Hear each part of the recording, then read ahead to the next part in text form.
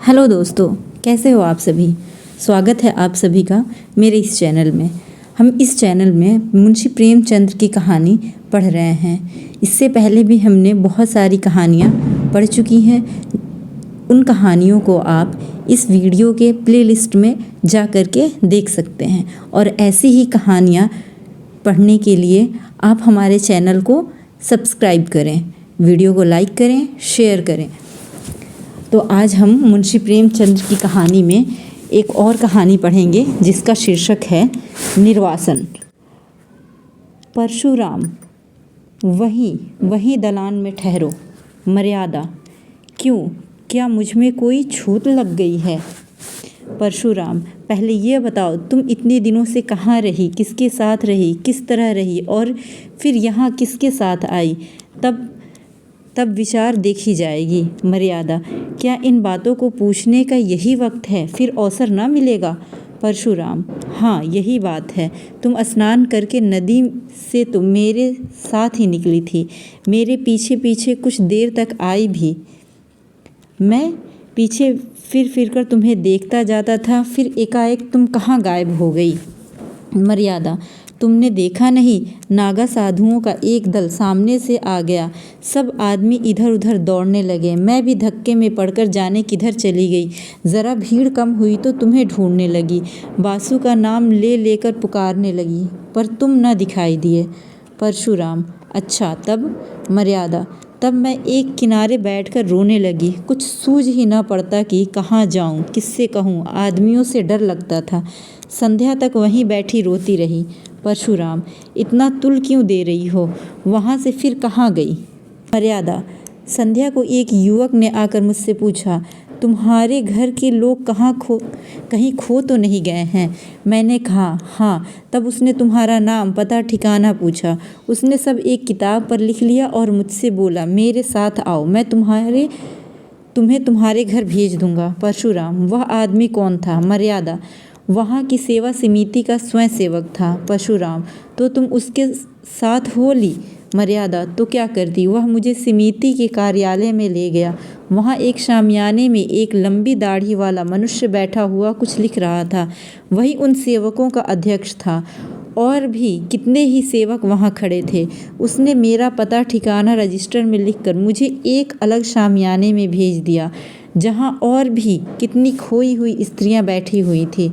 परशुराम, तुमने उसी वक्त अध्यक्ष से क्यों न कहा कि मुझे पहुंचा दीजिए। मर्यादा, मैंने एक बार नहीं सैकड़ों बार कहा, लेकिन वह यह कहते रहे, जब तक मेला न ख़त्म हो जाए और सब खोई हुई स्त्रियां एकत्र न हो जाए, मैं भेजने का प्रबंध नहीं कर सकता।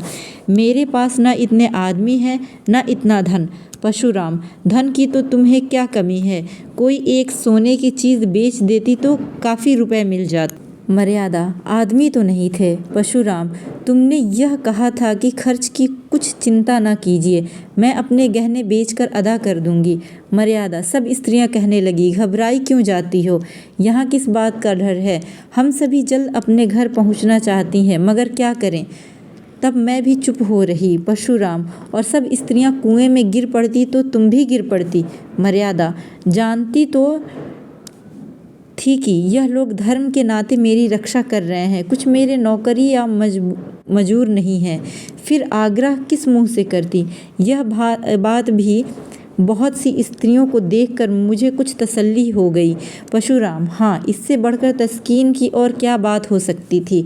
अच्छा, वहाँ के दिन तस्कीन का आनंद उठाती रही, मेला तो दूसरे ही दिन उठ गया होगा। मर्यादा, रात भर मैं स्त्रियों के साथ उसी शामियाने में रही। परशुराम, अच्छा, तुमने मुझे तार क्यों न दिलवाया। मर्यादा, मैंने समझा जब यह लोग पहुँचाने की कही रहे हैं तो तार क्यों दूँ। परशुराम, खैर रात को तुम वहीं रही, युवक बार बार भीतर आते रहे होंगे। मर्यादा, केवल एक बार एक सेवक भोजन के लिए पूछने आया था। जब हम सबों ने खाने से इनकार कर दिया तो वह चला गया और फिर कोई न आया। मैं रात भर जागती रही।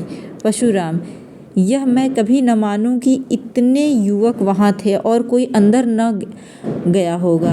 समिति के युवक आकाश के देवता नहीं होते। खैर, वह दाढ़ी वाला अध्यक्ष तो ज़रूर ही देखभाल करने गया होगा।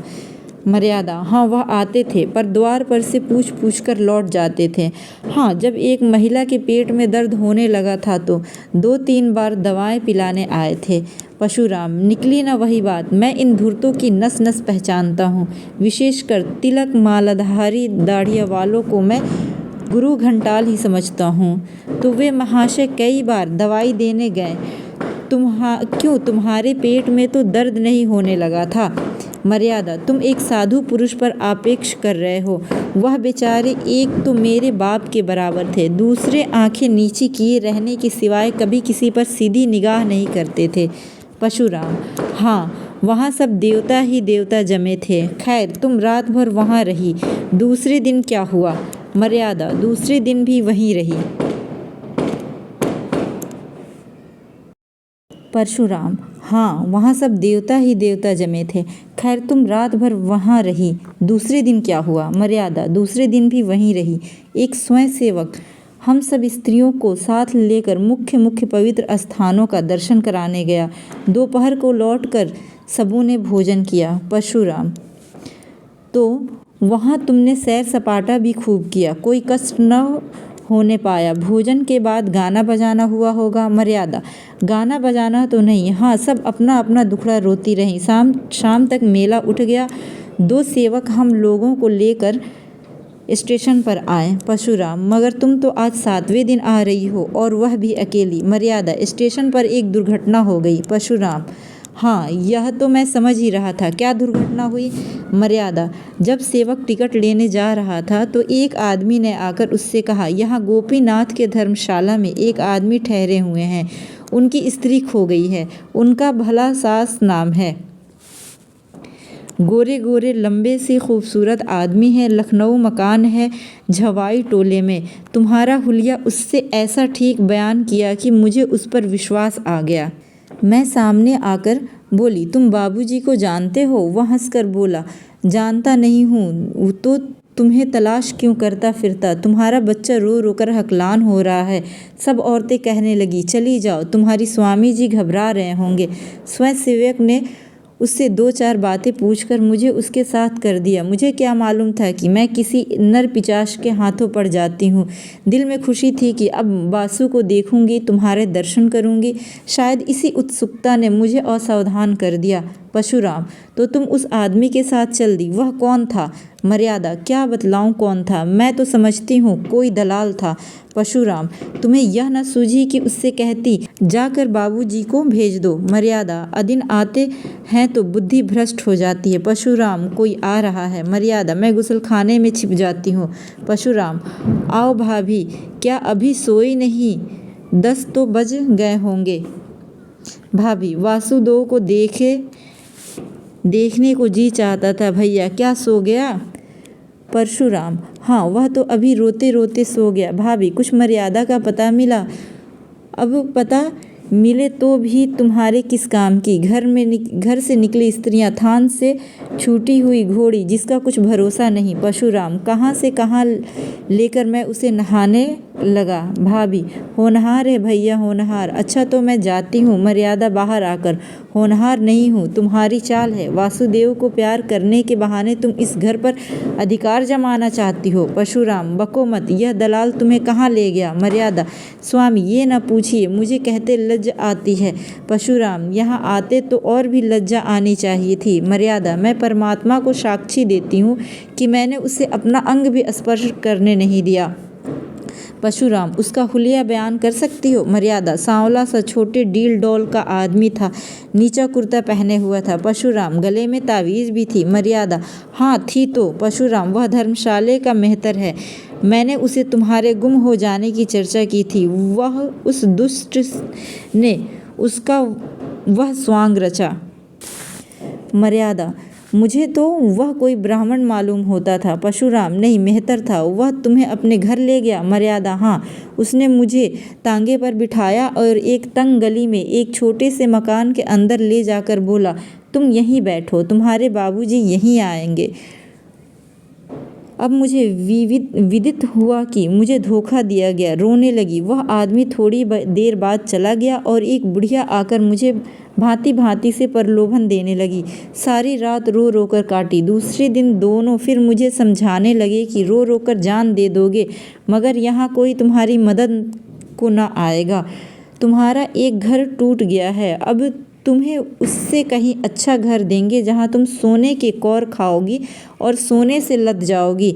लब मैंने देखा कि यहाँ से किसी तरह नहीं निकल सकती, तो मैंने कौशल का निश्चय किया। परशुराम, खैर सुन चुका, मैं तुम्हारा ही कहना मान लेता हूँ कि तुमने अपने सतीत्व की रक्षा की, पर मेरा हृदय तुमसे घृणा करता है। तुम मेरे लिए फिर वह नहीं निकल सकती जो पहले थी। इस घर में तुम्हारे लिए स्थान नहीं है। मर्यादा, स्वामी जी, यह अन्याय न कीजिए। मैं आपकी वही स्त्री हूँ जो पहले थी। सोचिए मेरी दशा क्या होगी। परशुराम, मैं यह सब सोच चुका हूँ और निश्चय कर चुका। आज 6 दिन से यह सोच रहा हूँ। तुम जानती हो कि मुझे समाज का भय नहीं। छूत विचार को मैंने पहले ही तिलांजलि दे दी। देवी देवताओं को पहले ही विदा कर चुका, पर जिस स्त्री पर दूसरी निगाह पड़ चुकी, जो 1 सप्ताह तक न जाने कहाँ और किस दशा में रही, उसे अंगीकार करना मेरे लिए असंभव है। अगर अन्याय है तो ईश्वर की ओर से है, मेरा दोष नहीं। मर्यादा, मेरी विवशमा पर आपको जरा भी दया नहीं आती। परशुराम, जहाँ घृणा है वहाँ दया कहाँ। मैं अब भी तुम्हारा भरण पोषण करने को तैयार हूँ। जब तक जीऊँगा तुम्हें अन्न वस्त्र का कष्ट न होगा, पर तुम मेरी स्त्री नहीं हो सकती। मर्यादा, मैं अपने पुत्र का मुँह न देखूँ अगर किसी ने स्पर्श भी किया हो। परशुराम, तुम्हारा किसी अन्य पुरुष के साथ क्षण भर भी एकांत में रहना तुम्हारे पतिव्रता को नष्ट करने के लिए बहुत है। यह विचित्र बंधन है, रहे तो जन्म जन्मांतर तक रहे, टूटे तो क्षण भर में टूट जाए। तुम ही बताओ, किसी मुसलमान ने ज़बरदस्ती मुझे अपना उचित भोजन खिला दिया होता तो मुझे स्वीकार कर लेती। मर्यादा, वह तो दूसरी बात है। परशुराम, नहीं, एक ही बात है। जहाँ भावों का संबंध है वहाँ तर्क और न्याय से काम नहीं चलता। यहाँ तक अगर कोई कह दे कि तुम्हारे पानी को मेहतर ने छू लिया, तब भी उसे ग्रहण करने से तुम्हें घृणा आएगी। अपने ही दिन से सोचो कि तुम्हारे साथ न्याय कर रहा हूँ या अन्याय। मर्यादा, मैं तुम्हारी छुई चीज़ें ना खाती, तुमसे पृथक रहती, पर तुम्हें घर से तो ना निकाल सकती थी। मुझे इसलिए ना दुत्कार रहे हो कि तुम घर के स्वामी हो और कि मैं इसका पालन कर्तव्य हूँ। परशुराम, यह बात नहीं है, मैं इतना नीच नहीं हूँ। मर्यादा, तो तुम्हारा यही अंतिम निश्चय है। परशुराम, हाँ, अंतिम। मर्यादा, जानते हो इसका परिणाम क्या होगा। परशुराम, जानता भी हूँ और नहीं भी जानता। मर्यादा, मुझे वासुदेव ले जाने दोगे। परशुराम, वासुदेव मेरा पुत्र है। मर्यादा, उसे एक बार प्यार कर लेने दोगे। परशुराम, अपनी इच्छा से नहीं, तुम्हारी इच्छा हो तो दूर से देख सकती हो। मर्यादा, तो जाने दो, ना देखूंगी, समझ लूंगी कि विधवा हूँ और बाँझ भी। चलो मन, अब इस घर से तुम्हारा निवाह नहीं है, चलो जहाँ भाग्य ले जाए। ये वीडियो कैसी लगी आपको, आप कमेंट करके मुझे ज़रूर बताएं। वीडियो देखने के लिए धन्यवाद।